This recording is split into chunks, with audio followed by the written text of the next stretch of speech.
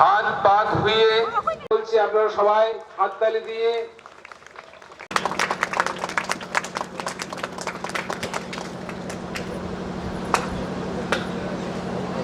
অভিজিৎ মুখার্জি মহাশয় এবং member of the legislative Shri Kanai Mondal মহাশয়, আপনাদের উপস্থিতিতে আমরা নিজেদের ধন্য ও গৌরব মনে করছি। আপনাদের উপস্থিতিতে আমাদের হৃদয় ও মন আনন্দে পরিপ্লুত।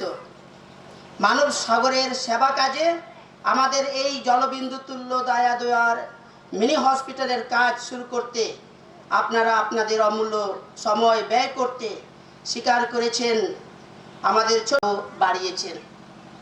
আশাও কামনা করি এই দয়া দোয়ার মিনি হসপিটাল শুধু বাহ্যিক গঠন কাঠামোই হবে না, এই স্থান থেকে প্রবাহিত হবে father Carlos Murmu, the parish priest of Catholic Church, Parsonda More.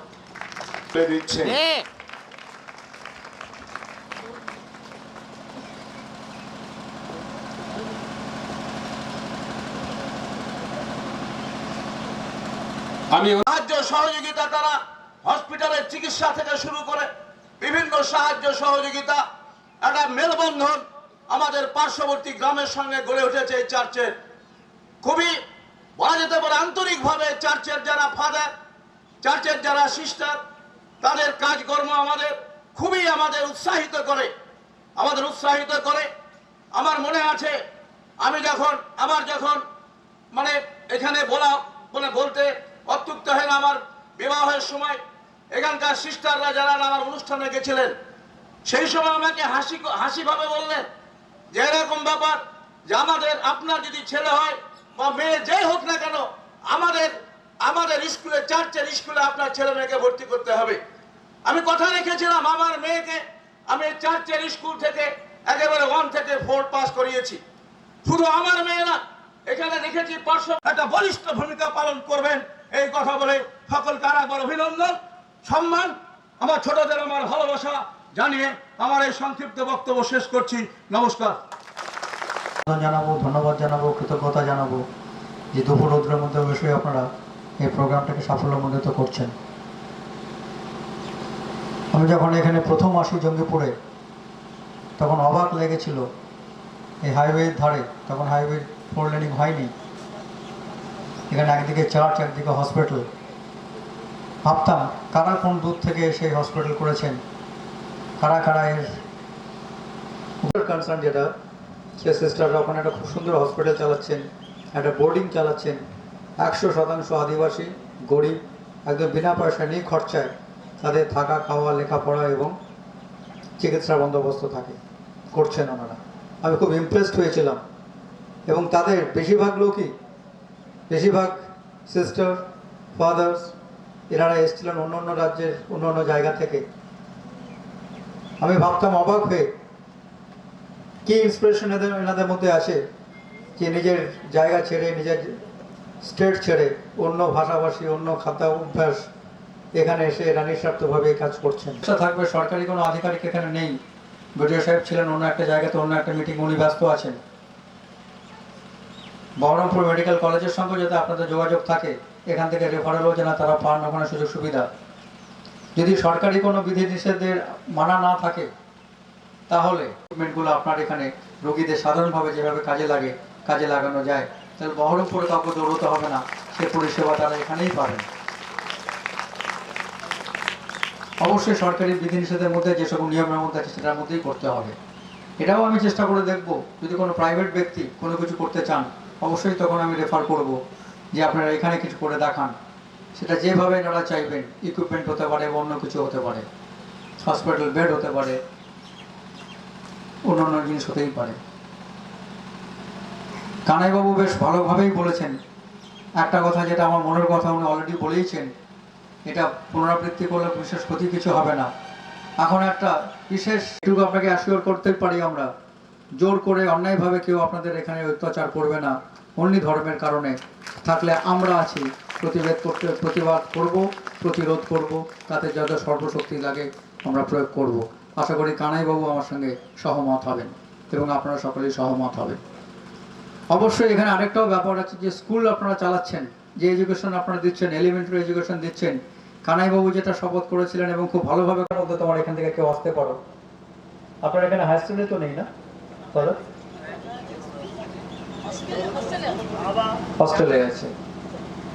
যদি এদের মধ্যে থেকে কেউ 1 থেকে 10-এর মধ্যে আসতে পারে, তাকে আমি আমার ব্যক্তিগত অর্থ থেকে একটা পুরস্কার দেবো, সেটা আপনার সঙ্গে আলোচনা করে আমি ঠিক করব। কিন্তু 1 থেকে 10-এর মধ্যে হাই সেকেন্ডারিতে ডিস্ট্রিক্টে আসতে হবে, ক্লাস 12 কিংবা ক্লাস 10। এবং বাচ্চা যারা আছো তারা এটাকে চ্যালেঞ্জ গ্রহণ করো, একে অপরের সঙ্গে কম্পিটিশন করো, করে ওটাকে অ্যাচিভ করার চেষ্টা করো। যে করবে সে অবশ্যই সকলের তো স্নেহধন্য হবেই এবং আমাদের পুরোপুরি সে সাপোর্ট পাবে। এই দুপুরবেলার বক্তৃতা দীর্ঘায়িত করব না, আমাকে অনেক দূর এখন যেতেও হবে। আপনাদের সকলকে শুভেচ্ছা জানাচ্ছি,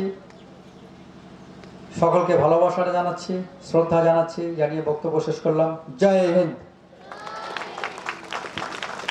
সর্বশক্তিমান পরমেশ্বর, তুমি তোমার অমেয় আশীর্বাদ আমাদের উপর বর্ষণ করো। আজকের এই হে প্রভু নवा दिन रे আলেয়া সরহাও জোহার আতঙ্ক তলে মে আর কই আপন করা হবে।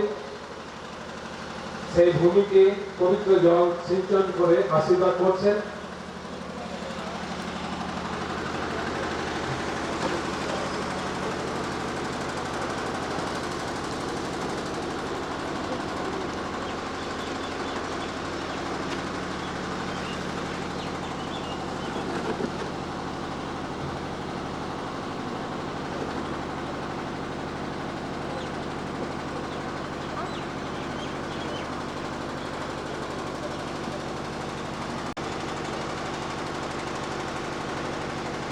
বিধায়ক দুজনের হাত ধরে আজকে আমাদের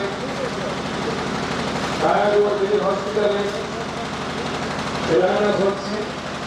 আমাদের একটু দেখি আমরা সবাই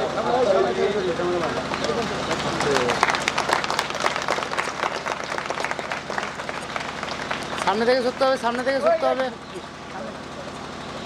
আমাদের বিধায়ক মহান কাজে সেই কাজকে শুরু করলেন।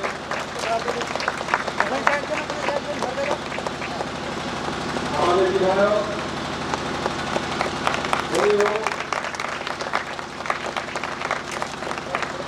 বালি দিয়ে হসপিটালের কাজ উদ্বোধন করলেন। আমাদের এখানকার সহকারী পুরোহিত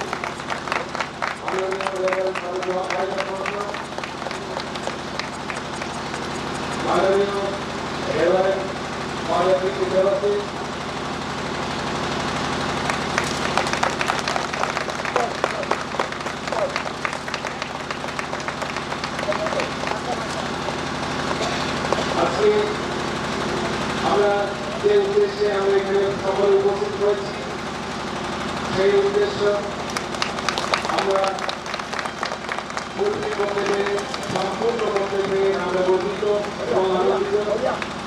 আমরা আশা করছি যে উদ্দেশ্য নিয়ে, যে মহান উদ্দেশ্য নিয়ে হসপিটাল আজকে প্রতিষ্ঠিত হয়ে চলেছে, আমরা সেই মহান উদ্দেশ্যটাকে আমরা সম্পূর্ণ করে দেখি বাবু সরে এসো সামনে থেকে।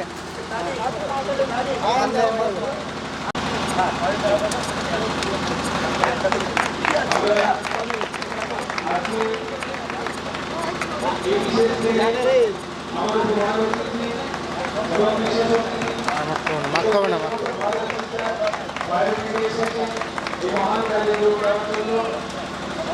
আমরা আমরা জানি তাদের অনেক কাজ, সেই মহান কাজগুলোকে ছেড়ে আমাদের সঙ্গে এখানে উপস্থিত হয়ে যে আমাদের উদ্দেশ্য, সেই উদ্দেশ্যে সঙ্গে সহযোগিতা করার জন্য এখানে সামনে আপনারা আসুন।